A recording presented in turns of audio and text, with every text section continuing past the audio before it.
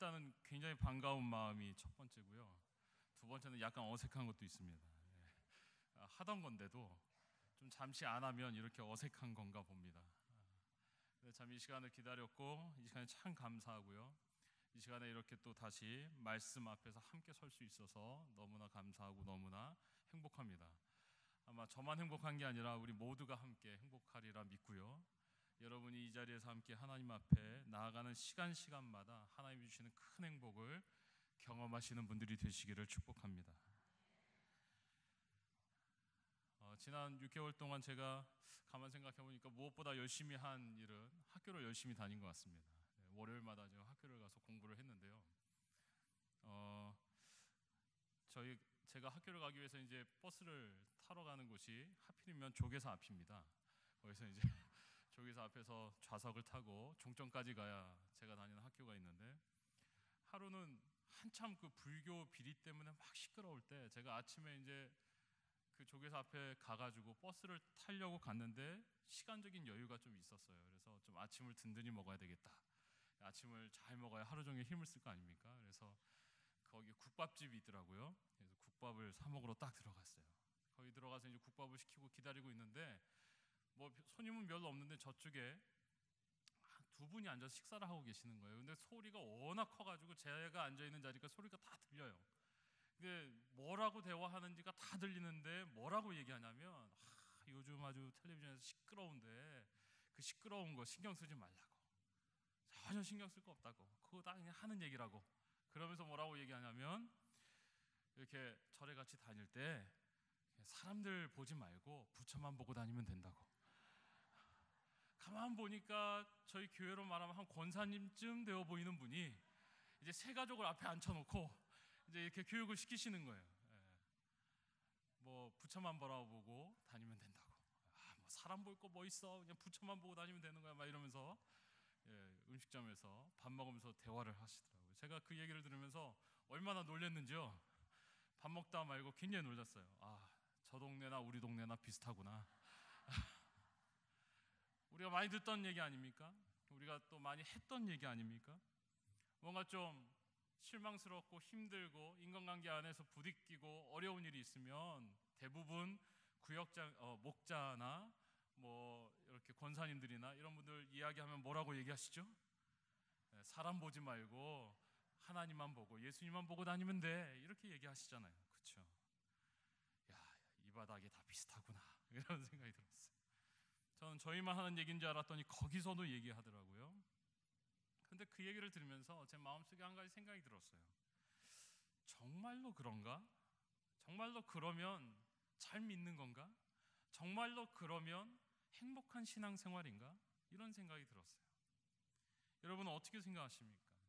여러분 신앙생활을 하시고 믿음 생활을 하시고 교회 안에서 함께 예수님을 바라보고 함께 하나님을 예배하며 살고 있는 우리가, 물론 당연히 하나님만 바라봐야 되는 건 맞습니다. 그건 맞는 얘기인데 내 옆에 앉아있는 이 사람들이 바라볼 조차도 필요 없는, 그냥 무시하고 예수님만 바라보면 돼 이렇게 얘기할 정도로 아무런 존재감이 없는 걸까요? 여러분 어떻게 생각하세요? 아마 교회를 다니면서 어떤 분이든지 누구나 한 번쯤은 이런 문제 앞에 부딪혔을 거고 이런 조언을 들었을 것입니다. 근데 여러분 조언을 들은 대로 가능하던가요? 여러분 여기 앉아있는 모든 분들이 여태까지 이렇게 수요 오전에도 나올 만큼 열심히 신앙생활을 할 수 있는 힘이 하나님만 바라보고 달려왔기 때문이십니까? 내 옆에 있는 사람은 전혀 상관없고 나는 오로지 하나님만 바라보고 여기까지 달려왔습니다, 이렇게 말할 수 있는 분이 있다면 저는 그분을 정말 존경하고 싶습니다. 오늘 우리가 읽은 본문 안에서 두 사람이 예루살렘을 떠나서 엠마오로 길을 가고 있습니다.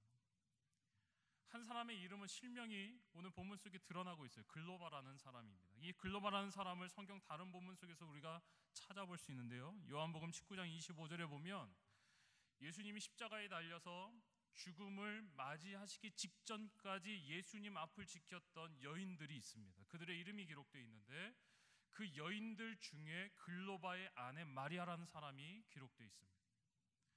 글로바만 예수님을 쫓았던 것이 아니라 글로바의 아내인 마리아라고 이름 기록된 이 사람도 예수님이 십자가의 형틀 위에서 마지막 숨을 내어 쉬면서 그곳에서 숨을 거두시는 그 순간까지 예수님의 십자가의 현장을 지켰던 바로 그 사람이라는 사실을 알 수 있습니다. 이런 것을 미루어 짐작컨대 아마 이 두 사람은 예수님을 참 신뢰하고 예수님의 죽음의 현장, 제자들조차도 지키지 못할 만큼 무서운 그 현장을 끝까지 남아서 지킬 만큼 예수님에 대한 마음과 헌신이 컸던 사람이라는 사실을 알 수 있습니다. 그 마리아의 남편인 글로바라는 이 사람과 또 한 사람이, 어떤 사람은 그 또 한 사람, 이름이 기록되지 않은 그 사람이 아마 글로바의 부인 마리아가 아니냐 이렇게 이야기하는 사람도 있습니다. 하지만 성경이 그 이름을 밝히고 있지는 않으니까 그 일행이 오늘 예루살렘을 출발해서 엠마오로 내려가고 있습니다. 여러분, 예루살렘은 지금 어떤 상황 안에 있는 곳입니까? 예수님이 십자가에서 죽으셨어요. 예수님이 십자가에서 끔찍한 형벌을 받아서, 가장 저주스러운 형벌을 받아서 참혹하게 죽임을 당하셨어요. 온 예루살렘이 발칵 뒤집어졌습니다. 그 소동과 그 논란, 그 엄청난 혼돈의 한가운데 제자들이 있었고, 그 제자들과 함께 예수님을 쫓던 많은 무리들이 당황하고 실망하고 굉장히 큰 슬픔과 큰 고통을 지금 경험하고 있었습니다. 그들에게 있어서 예수님은 절대로 돌아가셔서는 안 되는, 그들이 굉장한 희망과 유일한 소망이 되시는 그런 분이세요. 그들은 예수님을 쫓으면서 예수님을 통해서 자신의 민족이 회복될 것을 꿈꿨어요. 그들은 예수님을 쫓으면서 예수님을 통해서 자신들의 삶이 재건될 것을 꿈꿨어요. 그들은 예수님을 쫓으면서 예수님을 통해서 그들이 찾고 누리게 될 아름다운 행복의 자리를 맛볼 수 있었고, 그것이 실현되리라 믿고 예수님을 쫓고 있었어요. 그런데 예수님의 마지막 최후의 모습은 영광스러운 왕자가 아니라 가장 치욕스러운, 수치스러운 참혹한 형틀에서 아주 비참한 모습으로, 죄인의 모습으로 죽음을 맞이하시는 모습을 모든 따르던 사람들과 제자들이 목격하고 경험하게 되었습니다.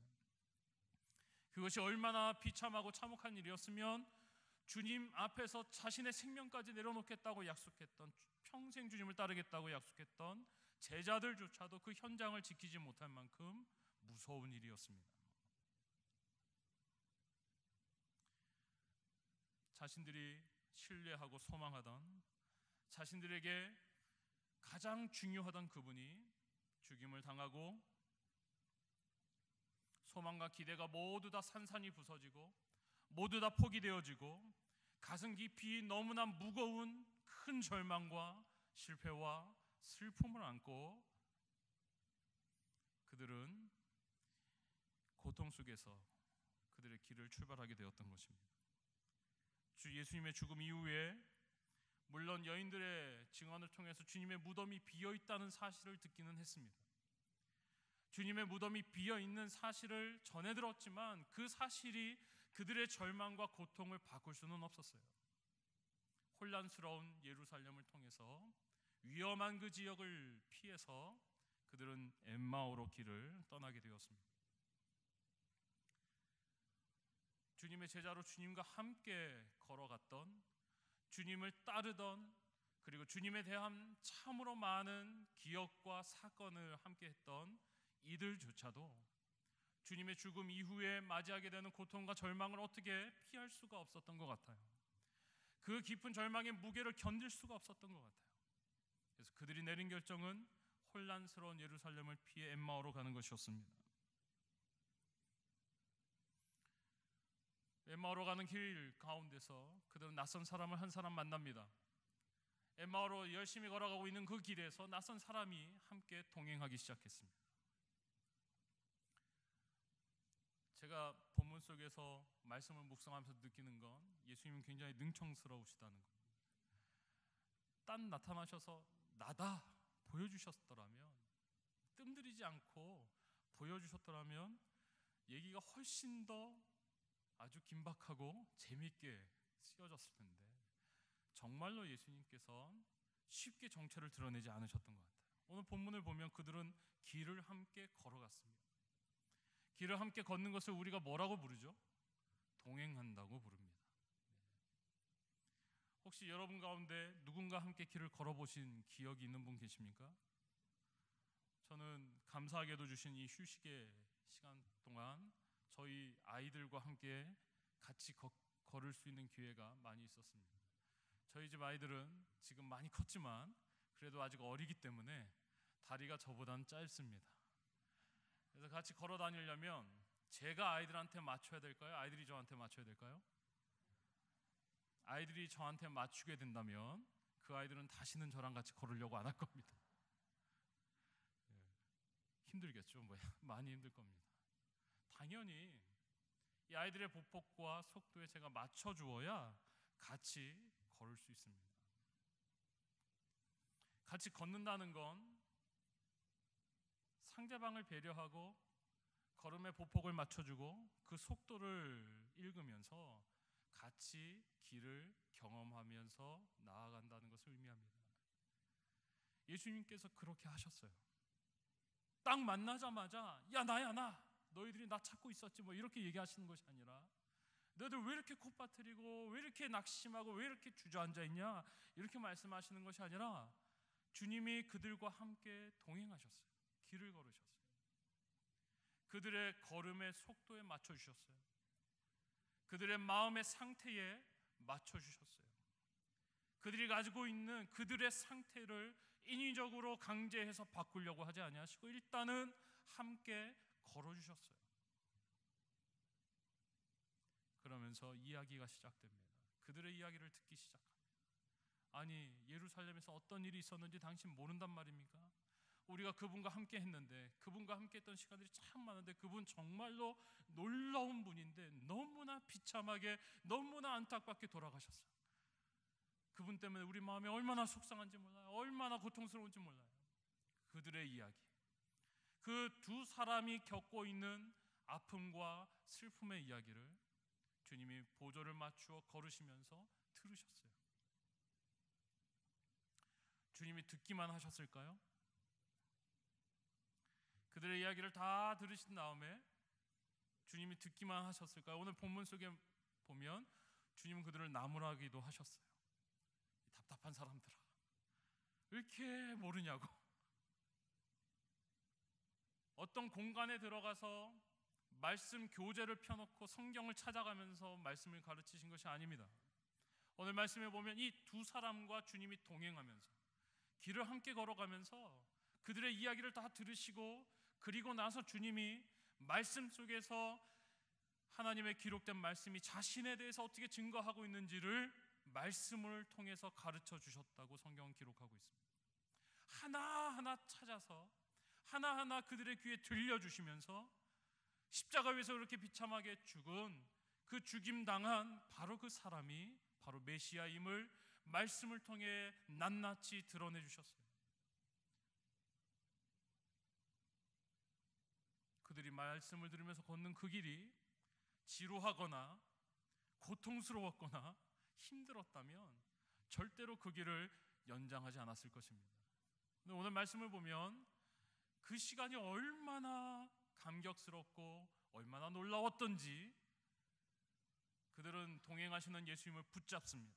주님, 우리와 함께 유하여 가십시오. 주님은 끝까지 능청스러우세요. 그래, 갈 길이 먼 것처럼 가야 될 것처럼 보이는 그 주님이 같이 유하여 주시기로 결정하시고 묵기 위해 들어간 그 장소에서 떡을 떼어 같이 식사를 하십니다. 밥을 같이 먹기까지 주님이 그들과 함께 그들의 시간에 동참하셔서 같이 함께 해주셨어요.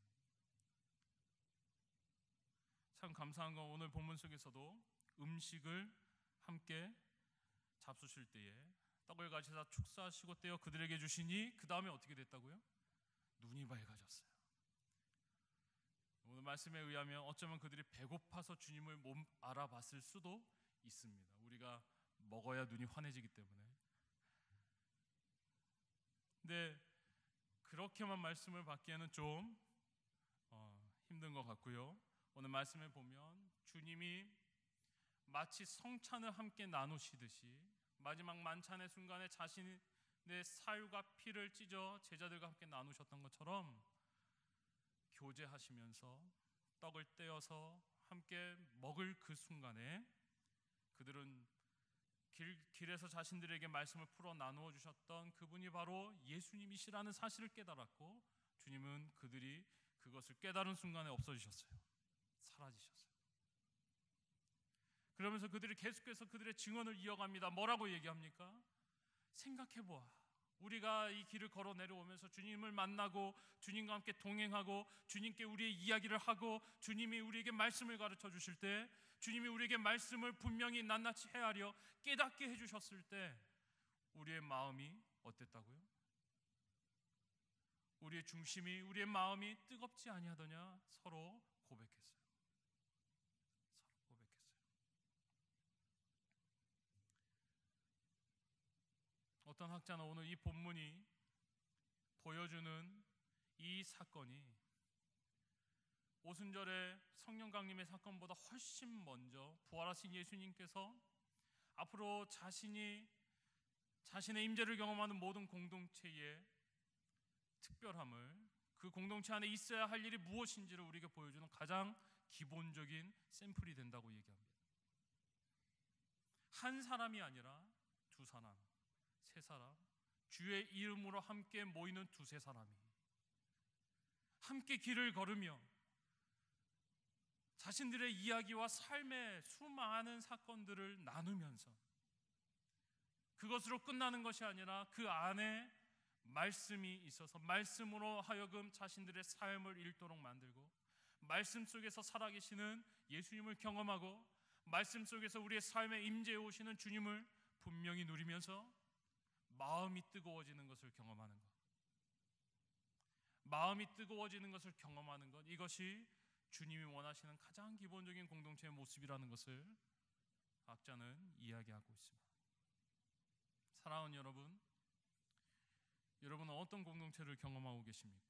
여러분의 가정, 여러분이 소속된 목장, 여러분이 만나는 여러 가지 일들 속에서 함께 모여서 무언가를 도모하고 무언가를 추구하는 그 공동체 안에서 여러분 이런 함께 걸어감이 있습니까? 같이 보조를 맞추어서 연약한 사람을 배려하며 함께 호흡을 맞추어서 같이 걸어가고 계십니까? 누군가 강한 한 사람이 멀찍이 따라 뛰어가면 겨우겨우 그 뒤를 뛰어가는 것이 아니라 우리가 어깨를 같이 맞추고 보폭을 같이 맞추고 같이 함께 걸어갈 수 있는 최선의 한 걸음 한 걸음을 내딛어서 같이 걸어가고 있습니까? 함께 걸어가는데 연약해서 뒤처지는 어떤 사람을 넌 연약하니까 어쩔 수 없어라고 유기하거나 포기하거나 내버려 두지는 않고 있습니까? 여러분 어떠십니까? 제가 듣기로는 곧 목장이 방학이라고 한다는데, 목장 방학합니다 하면 다들 좋아하시죠? 안타까워하는 분들이 별로 없어요. 우리 모여야 되는데, 우리 모이면 너무 좋은데 이런 분이 별로 없고, 방학입니다 그럼 와 방학입니다 드디어 방학입니다. 여러분 정말 이렇게 함께 걷기만 잘해도, 같이 걸어줄 수만 있어도 얼마나 좋을까요? 얼마나 좋을까요? 뿐만 아닙니다. 그 속에서 자신의 이야기를 할 수 있다면 얼마나 좋을까요? 누구에게도 열어놓지 못했던, 나를 정말 힘들게 하고 고통스럽게 만드는, 내 마음을 무겁게 짓누르고 있는 이 고통과 아픔에 대해서 누군가에겐, 정말 신뢰할 수 있는 누군가에겐 숨김없이 말할 수 있다면 그것이 단순한 수다가 아니라, 물론 저는 수다의 치유의 능력을 인정합니다. 모여서 열심히 이야기하면 치유되는 그런 효과가 있기는 해요. 왜냐하면 속이 후련하니까. 속이 답답하신 분들은 만나서 수다만 열심히 한 시간을 떠셔도 마음이 좀 풀리는 걸 느끼실 수 있습니다. 제 이야기가 아니라 정말 그런 효과가 있다고 합니다. 근데 여러분, 우리가 함께 목장이나 공동체 안에서 만나서 자신의 이야기를 하는 것은 수다라고 얘기하기에는 좀 어려워요. 수다의 수준에서 끝나는 것이 아니에요. 막 이야기를 하면서 내 얘기하고 상대방 이야기 듣고, 수다는 주로 어디로 가냐면 자기 얘기할 거 다 하면 이제 이런 단어를 써서 죄송합니다만 뒷담화를 즐겨 하게 됩니다. 굉장히 재밌거든요. 아주 재밌습니다. 남 얘기하면 남 얘기처럼 재밌는 게 없어요. 우리의 모임은 그거 하기 위해서, 그거 하면서 속이 후련해지는 모임은 아니잖아요. 그렇지 않습니까? 많이 입 운동을 해서 그걸로 속을 시원하게 털어내는 것이 공동체 안에서 나누는 참된 나눔은 아니잖아요. 자기의 이야기를, 정말 그 이야기를 경청해 줄 수 있는 사람 앞에서, 그리고 내가 경청해서 들을 수 있는 사람 앞에서 함께 나누고, 그 나눔을 통해서 무엇으로 나아가는 겁니까? 기도의 자리로, 말씀의 자리로 나아가는 것. 이것이 우리가 경험하는 참된 주님이 보여주신 모델의 내용입니다. 식탁의 교제를 함께 나누고 주님이 그들과 함께 하셨다는 것을 깨달았을 때 그들의 마음속에 정말 뜨거운 것이 계속해서 남아있다는 사실을 깨달았어요. 여러분, 우리의 모임 안에서 여러분 정말 그렇게 뜨거운 것을 경험해 보신 적이 있으십니까? 모임을 갖다가 내가 더 이상 이 모임을 진행할 수가 없을 만큼 하나님께서 내 마음을 뜨겁게 하셔서 그 자리에서 기도하고, 그 자리에서 통회하고, 그 자리에서 차복하고, 그 말씀의 위력 때문에 그 말씀에 순종하기 위해서 몸부림치면서 자신의 삶을 결단해서 드려본 그런 경험이 있으십니까?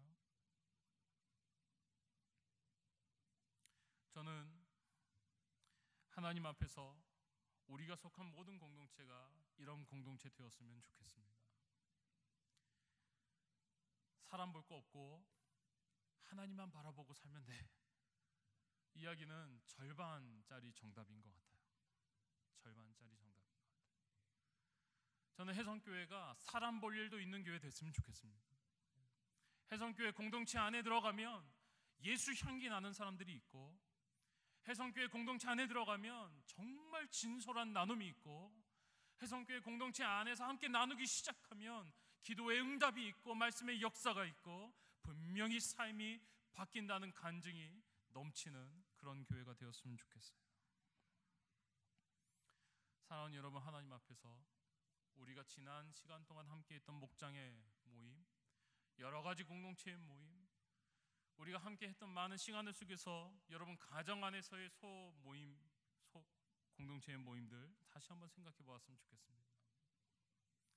과연 나는 정말로 잘 동행하고 있는가? 과연 나는 함께 동행하고 있는 사람인가? 그리고 나는 내 안에 있는 것들을, 나의 이야기를 함께 나누고 살고 있는가? 그리고 그 나눈 그 모든 것들을 가지고 말씀 앞에서 우리가 반응하고 있는가? 그러한 일들이 이 제자들 가운데 일어났을 때 오늘 말씀을 보면 글로바와 그 또 다른 한 제자는, 또 다른 한 사람은 자신들이 엠마오를 향해 가던 길을 계속 갈 수가 없었어요. 그들은 길을 돌이켜서, 엠마오로 가던 길을 돌이켜서 어디로 갔습니까? 다시 그들이 도망하여 나온, 피하여 나온 예루살렘으로 돌아갔습니다. 그 혼돈과 그 절망과 그 실패가 싫어서 도망 나온 그 자리로 그들은 다시 돌아갈 수밖에 없었어요. 돌아가서 그들이 어떤 일을 합니까? 공동체 모임 안에 가서 그들이 예수님을 만났다고, 예수님이 그들에게 말씀을 풀어주셨다는 사실을 증거했어요. 그 공동체 안에 또다시 예수님께서 나타나셔서 그들과 함께 이야기하시고 그들의 마음을 뜨겁게 하시는 것을 볼 수 있습니다. 그리고 그러한 그들의 모임은 오순절의 성령 강림의 사건까지 이어지고 결국엔 그 모임 안에서 일어난 폭발적인 나눔과 삶의 변화가 초대교회 수많은 사람들로 하여금 정말 저 믿음의 근원은 무엇이냐? 정말 저 소망의 근원은 무엇이냐? 왜 저 사람들은 저런 삶 가운데서 절망하지 않는가? 왜 저 사람들은 저렇게 새로운 삶을 사는가 궁금하게 만들었다고 성경은 기록하고 있습니다.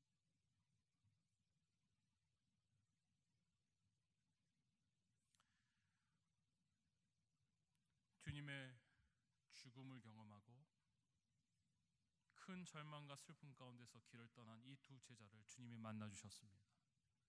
그리고 눈에 보이지는 않지만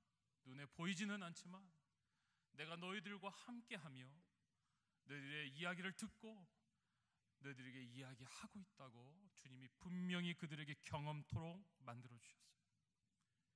그들은 굉장히 중요한 걸 깨달았어요. 우리가 함께 모여서 하나님 말씀을 나누며 삶을 간증하고 함께 모였을 때에 주님이 우리와 함께 하시는구나.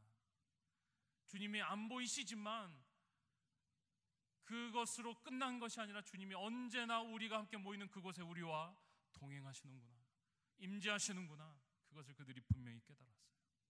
그것을 깨닫자 그들은 더 이상 예루살렘이 두려움의 장소가 아니어서 주님의 임재하심을 마음속에 품고 그 예루살렘으로 돌아갈 수 있었던 것입니다. 오늘 말씀 우리에게 다시 한번 도전합니다. 우리가 주님의 임재하심을 품고 돌아가야 될 삶의 자리가 있습니다. 그곳에서 주님의 임재하심을 경험하며 말씀 앞에 반응하며 함께 공동체 안에 있는 참으로 아름다운 것들을 나누며 주님이 우리에게 원하시는 행복의 삶을 힘있게 살아가기를 주의 이름으로 축복합니다. 주님과 함께 동행하십시오. 그리고 말씀 안에서 삶을 나누십시오. 변화된 삶을 하나님 앞에서 살아가는 하나님의 백성들이 되시길 바랍니다. 옆에 있는 분들과 함께 이렇게 인사했으면 좋겠습니다. 주님과 동행하시기 바랍니다. 삶을 나누시길 바랍니다. 변화된 삶을 사시기를 바랍니다. 기도하겠습니다. 사랑의 하나님 아버지, 감사합니다.